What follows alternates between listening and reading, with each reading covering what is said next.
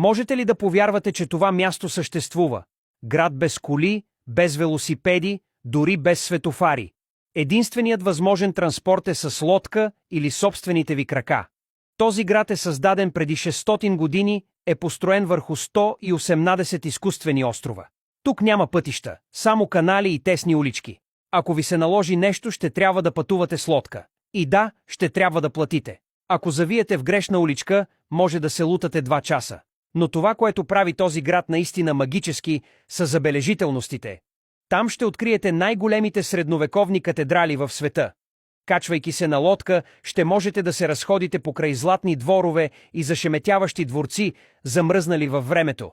Но времето на този град изтича. Той потъва малко по малко, морското равнище се покачва и с по-силните и по-чести бури, подхранвани от изменението на климата, някои експерти казват, че това океанско чудо може да изчезне в рамките на 50 години. Така че, ако искате да пътувате до там, не чакайте.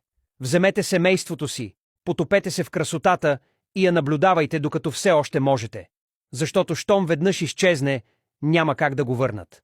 Напишете град в коментарите, ако искате да разберете кой всъщност е този град. А някой досеща ли се? Абонирайте се и харесайте видеото.